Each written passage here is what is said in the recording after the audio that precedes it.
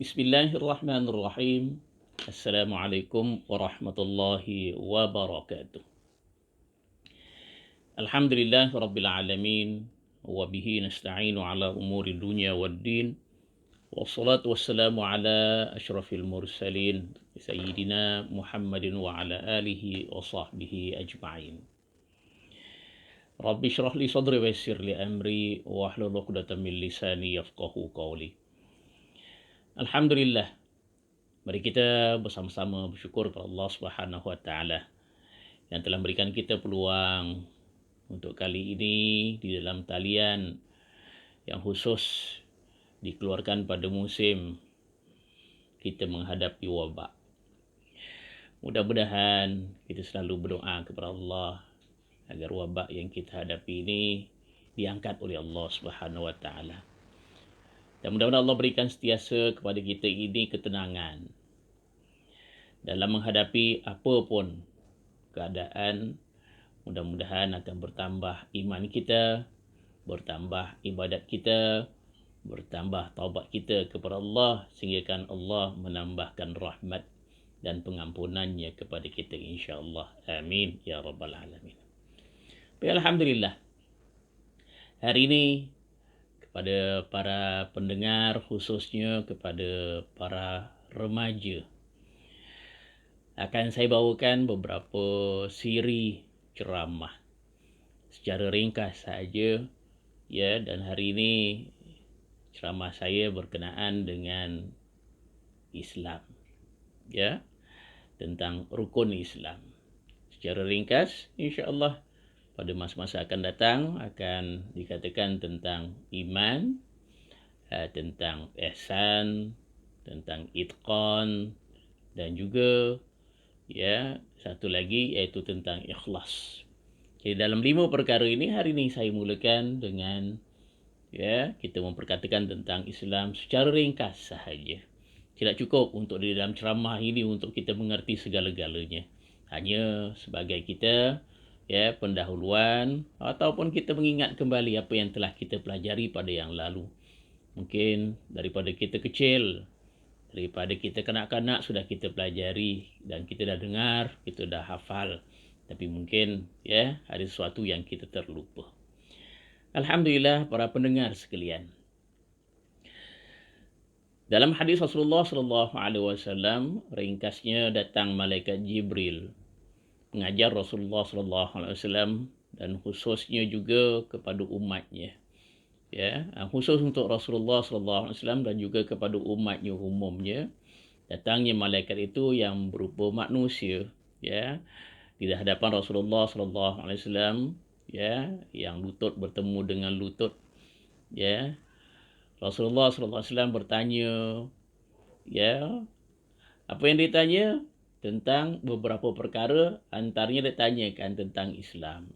Ya, cuba kamu terangkan tentang Islam. Maka Rasulullah sallallahu alaihi wasallam, ya, menerangkan tentang Islam itu, iaitu pertama hendaklah mengucap 2 kalimah syahadat, asyhadu an la ilaha illallah wa asyhadu anna Muhammadan abduhu wa rasuluh.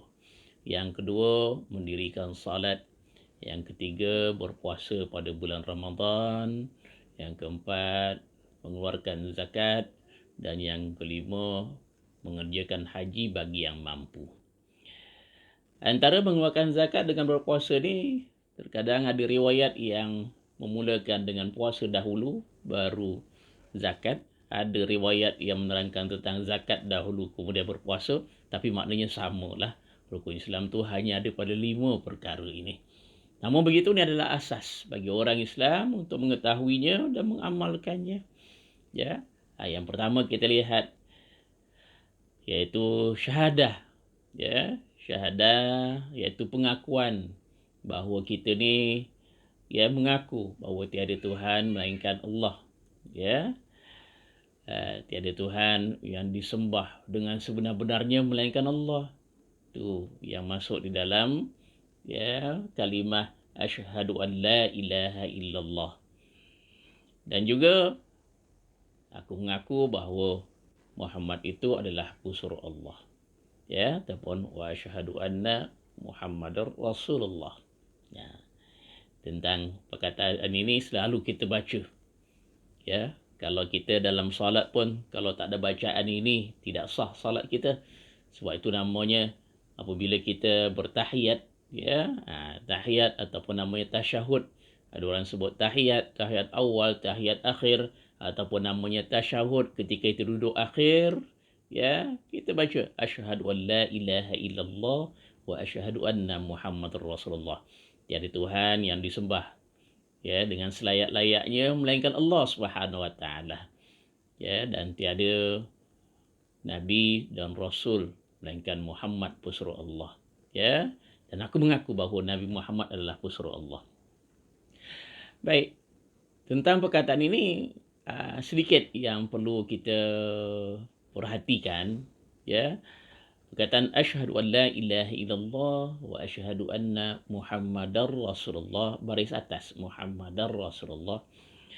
Tapi kalau tidak ada perkataan asyhadu, ya, yang tadi kan asyhadu an la ilaha illallah wa asyhadu anna muhammadar rasulullah, baris atas. Tetapi kalau kita sebutkan hanya la ilaha illallah Muhammadur Rasulullah, ini masih lagi kadang-kadang masih lagi keliru. Ya, kita tak boleh sebut la ilaha illallah Muhammadar Rasulullah. Ya, jadi kalau kita pakai asyhadu, nanti dia punya Muhammadnya jadi baris atas Muhammadan. Ya, kalau tak pakai asyhadu, dia bunyinya Muhammadun. Ya, saya ulang lagi umpamanya bunyinya wa asyhadu anna Muhammadar Rasulullah, baris atas. Tapi kalau kita sebut la ilaha illallah Muhammadur Rasulullah, baris depan. Begitu, ya, caranya kita membaca syahadah. Baik, syahadah ini sebenarnya adalah pengakuan bahawa Allah itu Maha Esa. Ya, Esa dari segi zatnya, dari segi perbuatannya, dari segi sifatnya, ya. Kita mengenal Allah Subhanahu wa taala melalui, ya, perbuatannya, melalui sifat-sifatnya. Zat Allah kita tidak mengerti. Ya, kita tak tahu zat Allah Subhanahu wa taala. Insya-Allah bagi orang yang masuk di dalam syurga tahu bagaimana zat Allah Subhanahu wa taala dengan izin Allah Subhanahu wa taala kita tahu insya-Allah. Tapi sekarang kita tak tahu macam mana zat Allah Subhanahu wa taala. Yang kita kenal Allah melalui sifat-sifatnya dan juga melalui perbuatannya. Ya. Kita akui sebenarnya dua kalimah syahadat ini dengan mulut kita. Ya. Akui bahawa tiada Tuhan melainkan Allah dan Muhammad adalah pusra Allah. Diakui di mulut kita. Ya, mengucapkan. Sebab tu orang kalau masuk Islam pun dia kena ucapan itu, ya, ucapan yang terang daripada mulut dia. Orang masuk Islam tu dengan menggunakan bahasa Arab. Ya. Macam mana pun tak pandai bahasa Arab, syahadah itu digunakan bahasa Arab walaupun pelat, tapi diajar supaya dapat mengucap. Tapi itu hanya ucapan di mulut. Yang keduanya dibenarkan di hati. Di hati kita betul-betul mengerti bahawa mengaku bahawa Allah itulah, ya, Tuhan yang sebenar-benarnya. Bahawa Muhammad itu adalah pusra Allah Subhanahu wa taala. Yakin dalam jiwa kita bahawa perkara yang kita sebutkan itu adalah benar. Ya, Allah adalah Tuhanku, Muhammad adalah pesuruh, ya, Allah Subhanahu wa taala. Baik, kemudian setelah kita ucapkan di mulut, kita yakinkan dalam hati, kemudian kita buktikan bahawa kalau kita benar-benar adalah orang yang mengucap yang demikian itu, yang benar ke dalam hati, kita buktikan dengan perbuatan kita. Ya, perbuatan kita adalah perbuatan apa yang disuruh Allah Subhanahu wa taala. Kita kena patuh, ikut bagaimana diajarkan oleh Allah dan Rasulnya, ikut betul-betul. Ya, kena buktikan bahawa kamu umpamanya orang Islam, kamu kena buat sesuatu yang diwajibkan Allah Subhanahu wa taala. Kalau kamu orang Islam, kamu tinggalkan apa-apa yang dilarang oleh Allah Subhanahu wa taala. Kena buktikan. Bukan hanya pengakuannya haji betul, bukan hanya hatinya haji betul mengaku demikian, tapi kita menjadi orang yang bermaksiat kepada Allah. kita menjadi orang yang bermaksiat kepada Rasulullah sallallahu alaihi wasallam. Bukan demikian. Kita kena buktikan dengan perbuatan, ya, supaya kita dilihat. Kalau dilihat cara kasarnya daripada manusia menyaksikan manusia yang lain adalah dengan perbuatan dia. Ya, kalau orang tu Islam, ya, maka apa yang dia buat itu adalah sesuatu yang sesuai dengan namanya ajaran Islam. Kalau namanya orang Islam tapi buatnya sesuatu yang buruk, yang tidak diajar oleh Islam, malah dilarang oleh Islam, maka itu perbuatan yang dia buatnya itu hanya pengakuan-pengakuan yang tiada bukti. Aku Islam tapi tak dapat bukti bahawa dia adalah Islam yang sebenar-benarnya. Jadi, ya, kita balik pada perkara yang pertama, iaitu mengaku dengan mulut kita, mengucapkan yang demikian, kemudian dalam hati kita yakin, dan juga kita buktikan dengan perbuatan-perbuatan kita. Ya. Allah Subhanahu wa taala, ya, berfirman tentang, ya, tauhid kepada Allah Subhanahu wa taala. Dikatakan, wa ma arsalna min qablika min rasulin illa nuhi ilaihi annahu la ilaha illa ana fa'budun. Ya, dan tidak kami, yakni tidak Allah Subhanahu wa taala utuskan sebelum engkau. Jadi sebelum Rasulullah sallallahu alaihi wasallam seorang rasul, melainkan kami, yakni Allah, wahyukan kepadanya bahawa sesungguhnya tidak ada Tuhan melainkan aku, maka sembahlah aku, ya, sembahlah kamu akan aku. Nah, ini, ya, firman Allah Subhanahu wa taala dalam surah Al-Anbiya ayat 35. Allah menerangkan yang sebenarnya. Sebenarnya nabi-nabi dahulu, rasul-rasul dahulu, semuanya menyembah Allah Subhanahu wa taala. Dan mereka mengajak manusia supaya menyembah kepada Allah Subhanahu wa taala. Tiada Tuhan melainkan Allah Subhanahu wa taala. Itu yang Allah Taala wahyukan kepada nabinya, dan nabi telah menyampaikan kepada kita, tak ada Tuhan, ya, yang layak disembah melainkan Allah Subhanahu wa taala. Yang hujungnya apa? Fa'budun. Maka kalau kamu dah tahu yang perkara yang sebenarnya, maka hendaklah kamu menyembah aku. Jangan disembah selain daripada Allah Subhanahu wa taala. Ya. Jadi ini satu amanah daripada Allah Subhanahu wa taala. Allah jadikan kita untuk menyembahnya dengan sebaik-baiknya, maka sembah Allah, ya, dengan sebaik-baiknya, ya. Buktikan kita adalah orang Islam yang sebenar-benarnya. Baik, secara ringkasnya kita masuk yang kedua, iaitu rukun Islam yang kedua, itu mendirikan salat. Ya, salat itu adalah satu perkara yang penting sebagai tiang agama. Siapa, kata Rasulullah SAW mengatakan, siapa yang mendirikan salat, maka dia mendirikan agamanya. Siapa yang tidak bersalat, maka dia merobohkan agamanya. Maka kita beragama Islam, teguhkan Islam kita dengan kita melakukan salat.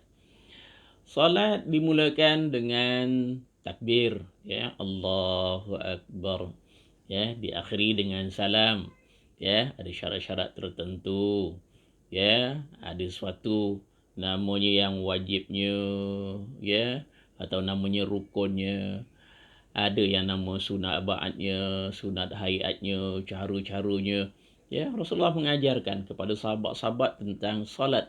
Sallu kama ra'aitumuni usalli. Sembahyanglah kamu sebagaimana, ya, solatlah kamu sebagaimana kamu lihat aku bersolat.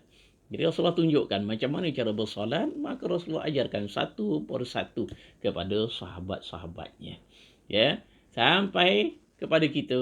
Jadi kita sembahyang tu solat tu sebab kita melihat, ya, melihat. Ya, alhamdulillah. Kemudian ada ulama-ulama yang membukukan tentang solat itu.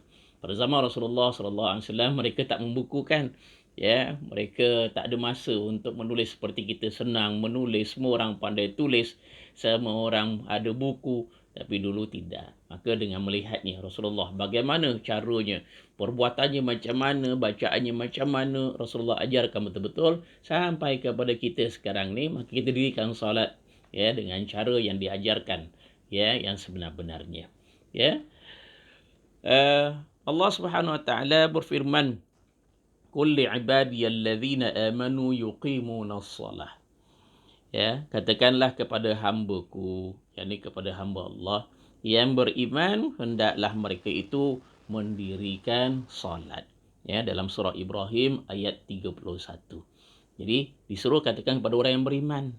Kalau kita beriman kepada Allah Subhanahu Wa Taala, pertama sekali Allah Taala suruh kita untuk salat, untuk melakukan salat. Ya, menunjukkan bukan kata kita bila salat tu menunjukkan kita orang Islam saja. Salat juga membuktikan bahawa kita adalah beriman kepada Allah. Allah tunjukkan kepada orang yang beriman.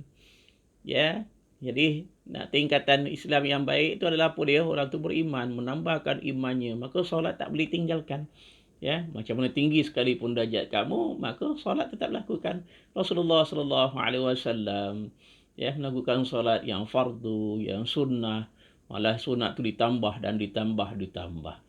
Ya, maka kita yang fardu pun jangan sampai kita tidak melakukannya. Wa aqimis salata innas salata tanha 'anil fahsya'i wal munkar. Itu di antara firman Allah Subhanahu wa taala, dan dirikanlah salat kerana sungguhnya salat dapat melarang dari segala kejahatan dan kemungkaran. Ya. Kita kalau salat yang betul-betul kerana Allah Subhanahu wa taala, mengerti betul-betul apa yang kita ucapkan. Kita betul-betul khusyuk kepada Allah Subhanahu wa taala, mengharapkan pimpinan daripada Allah. Ya, kita selalu sebut ihdinas siratal mustaqim. Ya Allah, tunjukkanlah kami ke jalan yang benar. Kalau benar-benar yang demikian kita solat, betul-betul ikhlas kepada Allah Subhanahu Wa Taala, betul-betul minta pertolongan kepada Allah Subhanahu Wa Taala. Solat itu akan menjauhkan kita daripada kemungkaran. Kita akan benci dengan kemungkaran. Kita benci dengan segala dosa-dosa yang kita lakukan. Ya, solat itu yang menjadikan kita berjaga-jaga. Aku solat, lepas tu kena jaga solat kita. Tapi sayangnya banyak orang yang solat juga, tapi habis solat macam-macam lagi. Ya, dosa-dosa yang dilakukan. Maka jangan demikianlah. Ya, solat yang betul-betul kerana Allah Subhanahu Wa Taala, ikhlas kepada Allah Subhanahu Wa Taala, dia akan menjaga orang yang solat itu daripada melakukan kemungkaran. Jadi kalau kita masih lagi solatnya tak putus-putus, tapi banyak lagi maksiat-maksiat yang masih kita lakukan tu, mesti ada something wrong lah. Ya, kenapa agak-agak aku ni solat tapi banyak lagi ya keburukan-keburukan yang aku lakukan. Nah, tu tanya diri kita. Ya, mana silapnya? Kita kena tanya diri kita. Ya, wallahu a'lam bissawab. Allah Subhanahu wa taala berfirman, innal insana khuliqa halu'a idza massahu syarru jazu'a wa idza massahu khairu manu'a illal musallin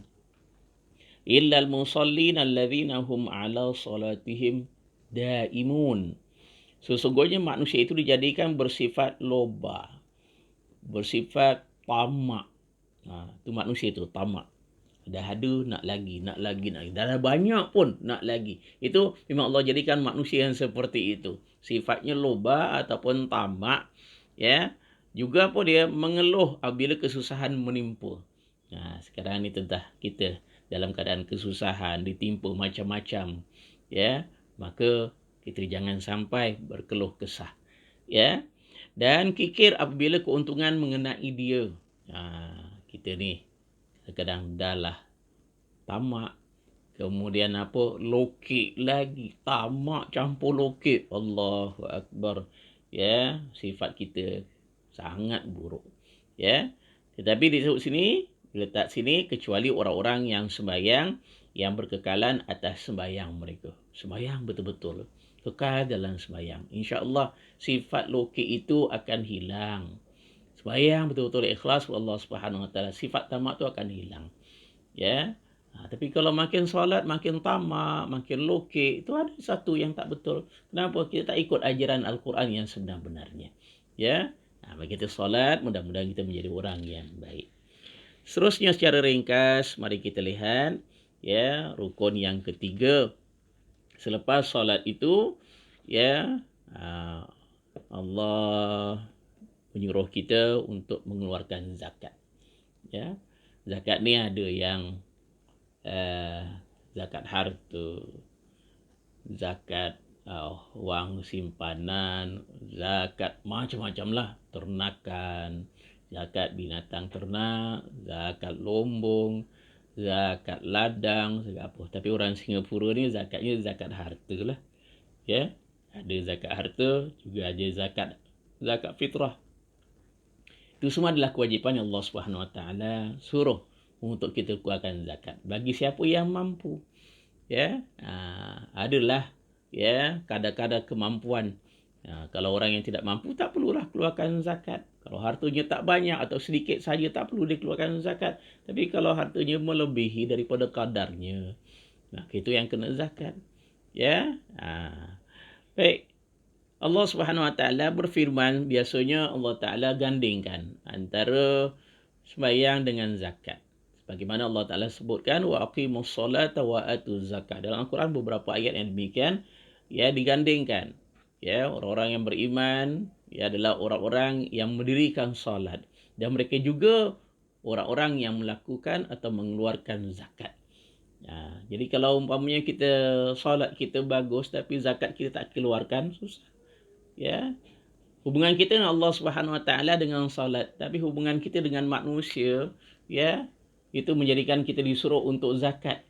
Bukan hanya kita pentingkan diri kita, hubungan kita dengan Allah Subhanahu Wa Taala, tapi hubungan kita terhadap orang yang di bawah kita yang kurang kemampuannya.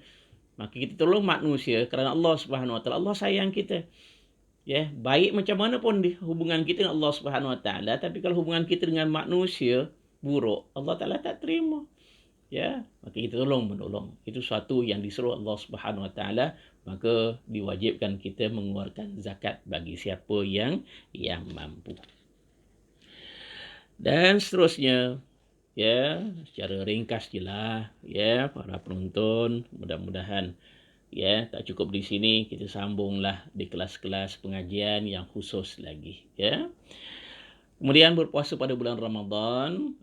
Minggu lepas saya dah terangkan tentang puasa panjang lebar. Ya, berpuasa dengan sebenar-benarnya, tak lama lagi, kita ada lagi beberapa minggu lagi kita masuk dalam Ramadan. Ya, maka kita berpuasa dengan sebaik-baiknya. Puasa bukan hanya mulut saja tak makan, bukan tak minum, bukan tak bersetubuh saja, tapi hati kita berpuasa. Mata puasa, telinga puasa. Jangan melihat sesuatu yang buruk. Telinga jangan mendengar yang buruk. Mulut jangan berkata yang buruk. Jangan mengerjakan yang buruk. Jangan langkah yang buruk. Tapi gunakan mata untuk melihat sesuatu yang baik. Mendengar yang baik. Bercakap yang baik. Berzikir. Baca Al-Quran. Membuat sesuatu yang baik. Melangkah ke tempat yang baik. Dan juga hati kita kena jaga. Segala-galanya kita berpuasa hanya kerana Allah Subhanahu Wa Taala, mengharapkan keampunan daripada Allah Subhanahu Wa Taala. Ya. Puasa juga mendidik jiwa kita. Jangan sampai kita hanya mengikut hawa nafsu sahaja.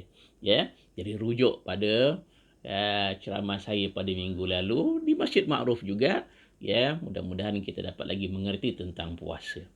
Dan akhir sekali, ya, para pendengar, kita lihat iaitu yang kelima, iaitu mengerjakan haji bagi siapa yang mampu. Ya. Mampu perjalanannya, mampu wangnya, ya, mampu keadaannya, kesehatannya, semua mampulah. Yang tidak menghalang. Tapi tahun ni tak tahu, wallahu a'lam bissawab, kita menghadapi COVID-19 ni, ya, tak tahu bagaimana, apakah dapat kita mengerjakan haji atau tidak. Tapi kalau umpamanya kerana penyakit COVID itu yang ya begitu merebak, yang menjadikan manusia itu tidak aman dalam perjalanannya dan dalam pekerjaannya, kalaupun tidak diadakan haji pada tahun ini, berarti kita tidak mampu untuk melakukannya. Ya, jadi mampu tu dari segala segi. Kita tak boleh kerana ada penyakit, ada wabak macam gini ni, kita nak kerjakan juga, tapi kalau membawa kepada keburukan, maka tak perlulah. Ya, itu pun termasuk dalam kategori yang tidak mampu. Ya, kita ikut apa arahan-arahan ya daripada orang-orang yang berkewajipan, ya, macam mana agak-agak kita boleh kerjakan haji ataupun tidak. Namun haji itu sebenarnya adalah suatu yang difardukan Allah Subhanahu Wa Taala bagi siapa yang mampu pergi. Tapi mampunya bukan hanya dari segi wang saja, kesehatannya, juga ilmunya. Ya, maka nak pergi haji itu belajar betul-betul. Tak cukup saya nak terangkan pas sini, haji itu masuk kursus yang betul-betul kursus. Ya, supaya betul-betul kita mengerti apa yang kita buat. Ya, jangan kita ikut-ikut sahaja tapi kita tak mengerti. Apa yang kita buat kita tak mengerti. Ya, ikut betul-betul, belajar betul-betul. Sebab apa dia? Haji itu hanya sekali saja. Seumur hidup hanya sekali. Nak kita kumpulkan wang bukan senang. Nak siapkan masa bukan senang. Sekarang sekali ada apa yang namanya ada peraturan-peraturan yang semakin ketat. Ya, ada kota lagi. Jadi kalau kita dapat mengerjakan haji, segalanya dah siap, tapi ilmu kita tak kita belajar dengan betul, takut-takut kita mengerjakan sesuatu yang boleh merosakkan haji kita. Ya, mengurangkan pahala atau boleh merosakkan langsung. Yang akhirnya kita kena qada. Ya, maka demikian tu jangan kita belajar main-main dalam kita mengerjakan haji. Belajar betul-betul, ya, sebagaimana Allah Subhanahu wa taala berfirman, "Walillahi 'alan nasi hajjul baiti man istata'a ilaihi sabila wa man kafara fa innallaha ghaniyyun 'anil 'alamin." Dan bagi yakni kerana Allah wajib atas manusia pergi rumah itu, yakni Baitullah, ya, maknanya bagi Allah. Haji itu kerana Allah. Niatnya perlu betul pada awal. Niat betul-betul kerana Allah Subhanahu Wa Taala. Ya, iaitu siapa yang berkuasa mengadakan perjalanan kepadanya. Kapal terbang ada ke tak ada. Ya, takkan kita jalan kaki. Kemudian dah ada, selamat tak kita ke sana. Kalau tak selamat, tak boleh. Mungkin kata ada peperangan. Ya, mungkin perjalanannya ada apa-apa. Termasuk bila ada penyakit, wabak yang besar-besar. Maka termasuk juga kita tidak mampu. Namun kalau semuanya tidak terhalang, maka wajib kamu pergi. Dan barang siapa yang kufur, maka sesungguhnya Allah itu kaya dari alam semesta. Ya, jadi bagi siapa yang mampu, kita pergilah dengan sebaik-baiknya. Ya, mudah-mudahan, ya, kalaupun kita tak tahu, tahun ni lah, kalau tak dapat kita mengerjakan haji, bersabarlah. Itu semua ketentuan daripada Allah Subhanahu Wa Taala. Mudah-mudahan pada tahun-tahun akan datang kita dapat mengerjakan dalam keadaan hati kita tenang. Bagaimana kita nak mengerjakan haji kalau kita dalam keadaan ketakutan? Ya, mudah-mudahan Allah pelihara kita, Allah pelihara keluarga kita, Allah pelihara negara kita, dan Allah pelihara umat Islam semuanya. InsyaAllah kita jumpa lagi pada minggu hadapan. Mudah-mudahan Allah memelihara kita, Allah merahmati kita dengan sebaik-baiknya. Subhanakallahumma wa bihamdika nashhadu an la ilaha illa anta nastaghfiruka wa natubu ilaik. Wassalamualaikum warahmatullahi wabarakatuh.